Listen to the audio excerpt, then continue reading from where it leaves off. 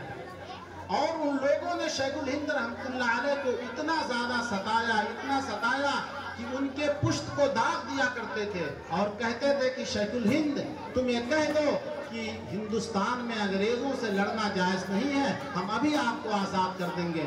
لیکن شیخ الہند رحمۃ اللہ علیہ فرماتے تھے یہ کتنا ایمانی جملہ ہے۔ انہوں نے کہا کہ میں بلال کی اولاد ہوں۔ حضرت بلال حبشی رحمۃ اللہ علیہ جس طریقے سے احد احد کہتے تھے، اسی طریقے سے جب تک میرے اندر جان ہے تب تک میں یہ کہوں گا کہ انگریزوں سے لڑنا ضروری ہے، انگریزوں کی مخالفت کرنا ضروری اور فرض ہے۔ میں کبھی نہیں کہہ سکتا ہوں کہ انگریز ہمارے محسن ہیں۔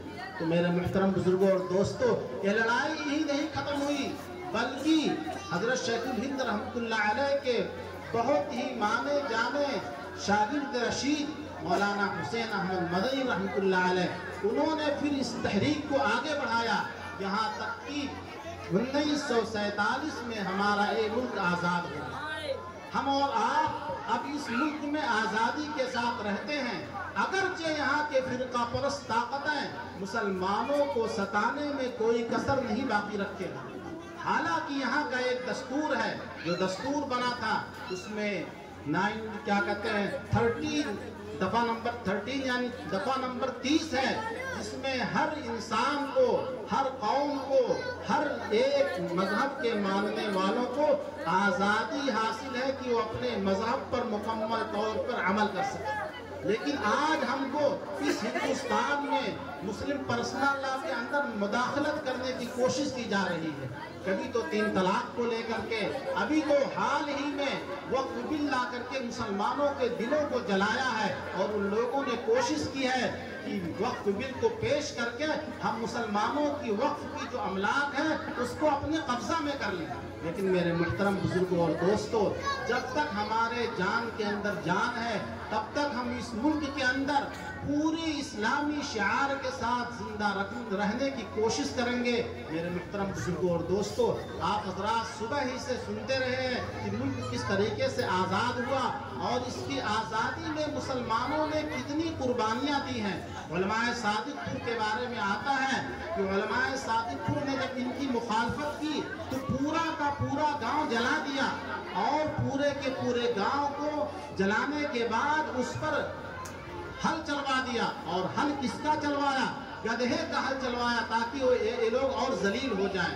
اسی طریقے سے تھانہ بھون جو بہت مشہور جگہ ہے، تھانہ بھون کے لوگوں نے جب ان لوگوں کی مخالفت کیا ہے اور ان سے لڑائی لڑی ہے، تو ان لوگوں نے جب قبضہ پا لیا، یعنی انگریزوں نے، تو تھانہ بھون کی اینٹ سے اینٹ بجا دی۔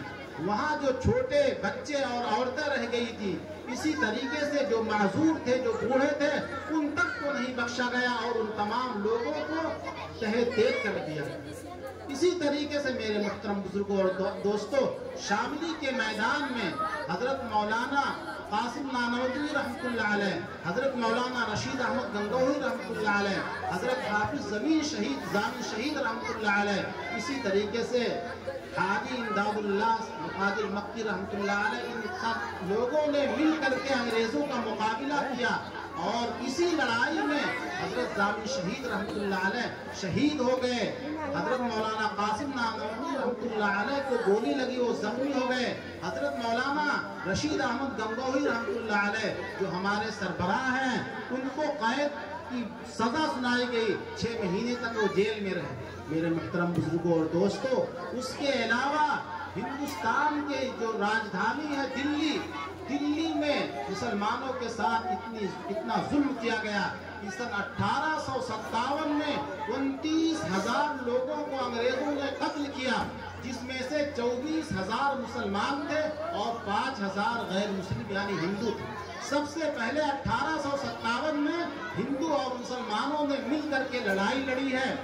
اسی وجہ سے کہا جاتا ہے کہ لڑائی کی ابتدا سن 1857 میں ہوئی ہے۔ لیکن میرے محترم بزرگوں اور دوستوں، ہم مسلمان ہیں، ہم کو معلوم ہونا چاہیے کہ ملک کی آزادی کے لیے 1857 میں پہلی لڑائی نہیں لڑی گئی، بلکہ اس سے پہلے کئی مرتبہ لڑائی لڑی گئی، بلکہ 1831 میں حضرت مولانا سید احمد شہید رحمۃ اللہ علیہ اپنے شاگردوں اور اپنے مریدوں کو لے جا کر کے بالا کوٹ میں انگریزوں سے اور پنجابیوں سے یعنی سکھوں سے لڑائی لڑی۔ آخرکار اس لڑائی میں حضرت مولانا سید احمد شہید رحمۃ اللہ علیہ شہید ہو گئے، اور ان کے رفقا جو بچے وہ پھر جا کر کے کہیں پر مدرسہ قائم کر لیا، کہیں پر اور کوئی دینی کاموں میں مشغول ہو گئے۔ اسی طریقے سے میرے محترم بزرگوں اور دوستوں، قاضی عنایت احمد جو تھانہ بھون کے ایک بہت بڑے قاضی تھے اور بہت مشہور عالم تھے، ان کے بھائی کو جب انگریزوں نے قتل کر دیا، انہوں نے مخالفت کیا اور انہوں نے بہت سارے انگریزوں کو تہہ تیغ کر دیا۔ 113 انگریزوں کو اپنی لشکر کو لے جا کر کے ایک باغ ہے جو تھانہ بھون سے تھوڑی دور پر ہے، وہاں پر جا کر کے ان سے مقابلہ کیا اور ان کو قتل کیا۔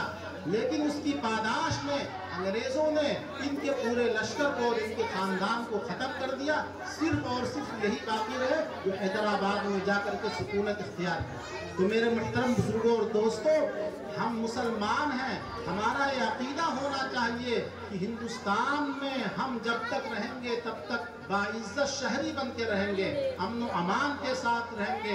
اگر ہم کو مٹانے کی کوشش کی جائے گی تو ہم ضرور ان سے اپنا کیا کہتے ہیں اقدام نہیں کریں گے، لیکن دفاع تو کریں گے۔ اگر آپ کے اوپر کوئی لنچنگ کے لیے گولی چلاتا ہے یا آپ کو مارتا ہے تو ہم کو خاموش نہیں بیٹھنا چاہیے، ہمارا دستور ہے، ہم کو اجازت دیتا ہے کہ اگر ہمارے اوپر کوئی حملہ کرتا ہے تو ہم اپنے دفاع کے لیے اس کا مقابلہ کریں۔ آج کچھ فرقہ پرست طاقتیں مسلمانوں کو ڈرانے کے لیے، مسلمانوں کو مرعوب کرنے کے لیے، مسلمانوں کے اندر خوف پیدا کرنے کے لیے